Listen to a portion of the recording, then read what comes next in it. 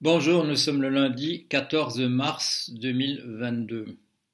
Et il y avait une chose que je m'étais dit il y a un mois que je ne ferais pas, c'était de lire des rapports de type militaire. Mais je vous l'avais dit, j'ai dit moi je ne ferai pas ça.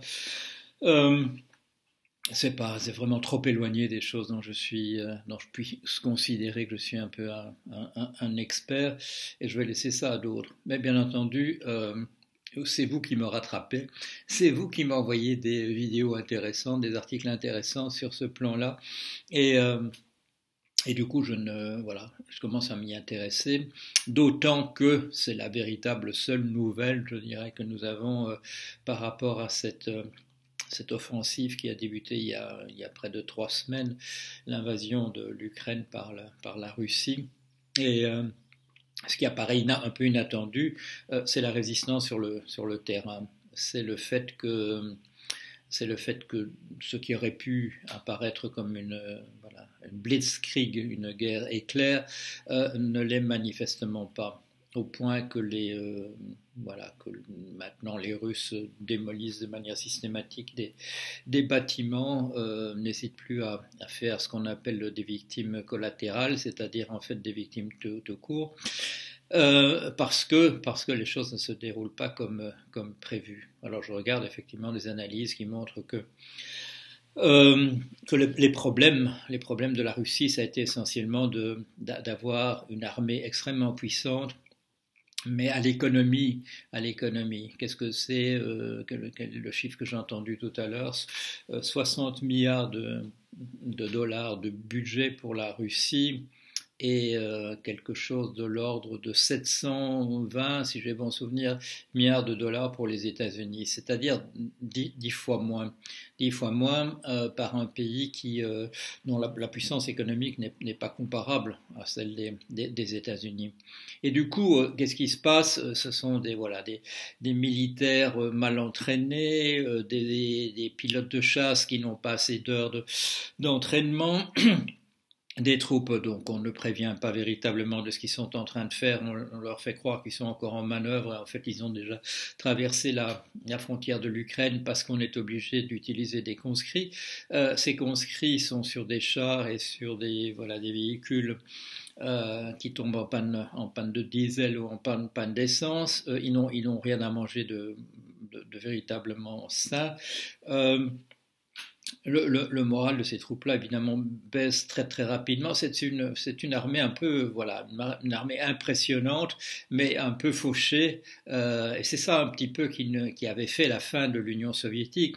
Si vous vous souvenez, il y avait un piège dans lequel les Américains avaient voulu faire tomber les Soviétiques, qui avaient fait un mauvais coup du point de vue, je dirais, de relations publiques pour l'Occident, en envoyant Spoutnik, en montrant une technique de conquête spatiale extrêmement avancée par rapport à ce que l'Occident avait, et le défi a été lancé par les États-Unis, la conquête aller sur la Lune, et là le pays, l'URSS n'avait pas suffisamment de ressources pour le faire sans devoir sacrifier d'autres choses, et ça a conduit à la fin de l'URSS. C'est un des facteurs, mais un facteur important. Et là, ce qu'on voit maintenant, c'est d'une part, je dirais, une armée qui n'est pas à la hauteur de ce qu'elle apparaît être au départ, et une résistance extraordinaire des Ukrainiens eux-mêmes, des Ukrainiens qui reçoivent, bon, on leur envoie des armes, il y a des volontaires qui partent de chez nous, je dirais, du camp occidental vers eux, mais c'est essentiellement ceux qui prouvent être eux-mêmes qui fait la différence. La différence entre un personnage comme, je dirais, quelqu'un qui est monté par les rangs de l'espionnage et du contre-espionnage comme Poutine d'un côté, et de l'autre côté un Zelensky qui devient véritablement un de ces fameux personnages du héros malgré lui. Il y avait un très bon film de Martin Ritt. Martin Ritt, c'est un de ces Américains qui avait dû se cacher pendant le macartisme, qui n'avait pas pu apparaître en surface, qui écrivait des choses, et puis on le payait, mais on le publiait sous un autre nom parce qu'il était sur la liste comment dire, des sympathisants du Parti communiste. Et il avait fait un très bon film, qui n'est pas un film de Woody Allen, mais où l'acteur principal est Woody Allen, qui s'appelle The Front.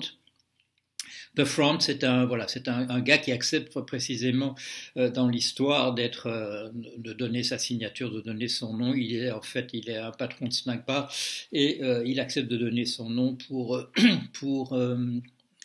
être le nom de gens qui doivent se cacher, qui ne peuvent pas publier véritablement sous leur nom parce qu'ils sont sur la liste noire des sympathisants communistes.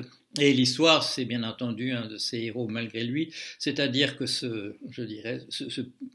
patron de snack bar, plus ou moins escroc d'ailleurs, se trouve en position d'être accusé, voilà, d'être donc un sympathisant pro-soviétique parce qu'il a été le front, il a été la couverture et bien entendu les autorités se rendent compte que ce n'est pas lui, mais on veut lui faire témoigner contre tous ceux qu'il a protégé en prêtant son nom, et il devient un véritable héros. Il est à la hauteur des circonstances, c'est-à-dire quelqu'un qui semblait pas avoir la disposition au départ, ou en tout cas ne se trouvait pas dans le contexte où il pouvait le faire. Et là, on voit effectivement Zelensky, un comedian, comme on dit, un acteur comique, voilà, qui avait joué le président, mais dans une sorte de parodie, être à la hauteur des circonstances. Et puis tous les gens sur le terrain, ces habitants de ces villes qui ont été prises par l'armée russe et qui vont manifester sur la place de la ville, vont manifester contre les troupes. Il faut un certain courage.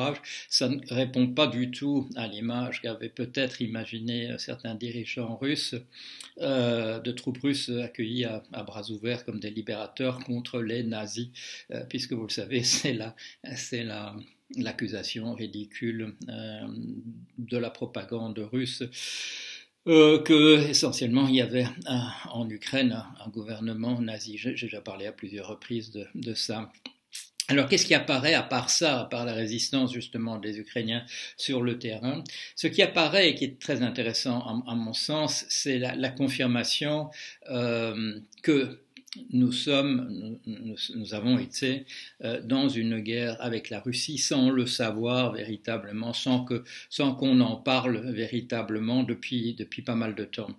Je regardais une journaliste du Guardian dans une interview il y a un instant. Et elle rappelait que Trump était une arme de guerre de Poutine, que la campagne en faveur du Brexit était une arme de guerre de Poutine contre le Royaume-Uni, et ça a très très bien marché. Ça affaiblit les États-Unis, et ça les affaiblit encore, que Poutine soit arrivé à mettre sur le trône aux États-Unis un homme à lui.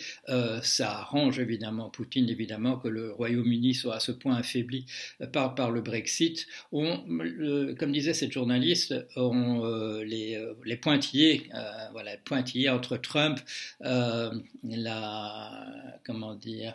Brexit en Royaume-Uni, le soutien apporté par Poutine au Rassemblement national en France et à l'image de Madame Le Pen.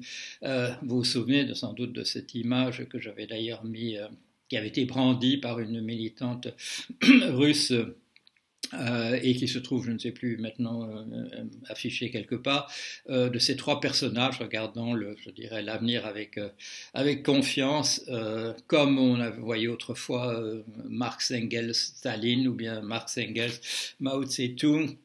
Les trois personnages en question regardant l'avenir avec confiance, et monsieur Trump, monsieur Poutine et madame Le Pen. Cette guerre de la Russie contre l'Occident, et là, vous le savez, je suis quelqu'un qui écrit un livre qui s'appelle Le capitalisme à l'agonie, un autre qui s'appelle Se débarrasser du capitalisme est une question de survie. Je ne suis pas, je dirais, un admirateur béat du système occidental. J'ai vécu en particulier aux États-Unis pendant 11 ans au Royaume-Uni. j'ai toujours été extrêmement critique des systèmes autour de moi, en essayant, je dirais, d'être mesuré, que ma critique ne soit du même niveau que la critique nécessaire. Mais voilà, il y avait effectivement la guerre a repris, je dirais, après Yeltsin en Russie, la guerre a repris contre l'Occident. Et, euh, et il était important, je dirais, de le faire savoir, de le dénoncer. C'est ce que j'ai fait. De la même manière que vous vous souvenez sans doute, voilà, il y avait ce livre que j'avais écrit contre pas contre, où j'annonçais la crise du capitalisme américain. Là, c'était le titre qu'avaient mis les éditions La Découverte. C'était pas le titre que j'avais donné moi. C'était pas vers la crise. C'était voilà la crise du capitalisme américain. Et quand les éditions de La Découverte ont décidé de ne pas faire un second tirage, mais il y avait 750 exemplaires seulement tirés de celui-ci, ont refusé de faire un second tirage. Bon, j'ai repris les droits et ça a paru aux éditions du Croquant avec le titre qui avait été prévu au départ. Donc là, j'avais annoncé un certain nombre de choses, dont vous le savez, qui se sont déroulées. Et d'une certaine manière, j'ai annoncé aussi la guerre dans laquelle on est maintenant. J'ai fait un travail d'enquête extrêmement en profondeur, et ça a paru en 2 volumes. Je fais un peu la pub, parce que pourquoi pas. Ça s'appelle La chute de la météorite Trump, premier volume. Et deuxième volume. Et là aussi, ça a paru aussi aux éditions du Croquant. Si vous voulez comprendre la guerre dans laquelle on est, eh bien, là aussi, dans ce cas-là, il y a un des ouvrages qui explique pourquoi, qui explique comment ça a lieu. Hein, parce que en fait, c'est ça, la venue de Trump. Et ce qui est sans doute, je dirais, la valeur ajoutée de ces livres par rapport à d'autres choses, c'est à quel point je montre comment il s'agit en fait de Poutine, comment il s'agit en fait de la Russie dans ces 2 livres-là. Ce qui a contribué en grande partie à l'absence du succès du livre quand ils ont paru, parce que, comme je l'ai déjà rappelé, la presse de type classique, traditionnelle en France, n'aime pas ma critique du système qui, avec des titres effectivement comme se débarrasser du capitalisme est une question de survie, ça me fait pas venir nécessairement sur les plateaux de télévision. Et par ailleurs, ma critique de Poutine a fait que la presse, je dirais, d'opposition financée essentiellement par la Russie, n'a pas été très enthousiaste non plus à me soutenir. Ce qui est intéressant a posteriori, c'est de voir pourquoi je n'ai pas été attaqué davantage a posteriori, pourquoi je n'ai pas été attaqué davantage par RT, Sputnik, etc., par les gens qui, eux, étaient soutenus par la Russie, à gauche comme à droite. Et c'est probablement parce que je jouais quand même un rôle, je dirais, positif dans l'ensemble du point de vue de la Russie, dans le cadre de la doctrine Gerasimov, c'est-à-dire de provoquer la zizanie dans les pays vus hostiles. Alors c'est pas l'aspect que j'ai été sympathisant ou aurais dit des mots aimables vis-à-vis de Poutine, mais le fait que de fait je faisais partie je dirais des gens qui critiquaient énormément le système. Ça s'est pas manifesté par un soutien de la part de ces organes de propagande russes à mon égard, mais parce que de toute manière je refusais les invitations sur Sputnik, RT et compagnie, et encore d'autres qui se reconnaîtront. Mais en tout cas, on ne m'a pas attaqué non plus parce que d'une certaine manière, je faisais partie de ces gens dont on considérait qu'ils jouent un rôle utile du point de vue de la Russie, en entretenant la zizanie, en étant des critiques, je dirais, relativement féroces sans doute, mais en tout cas, je dirais, très rationnels, qui expliquent bien leurs arguments quand ils critiquent l'ultralibéralisme, nos régimes libéraux, la société en altère qui est la nôtre, avec des riches de plus en plus riches et des pauvres de plus en plus pauvres à l'autre bout.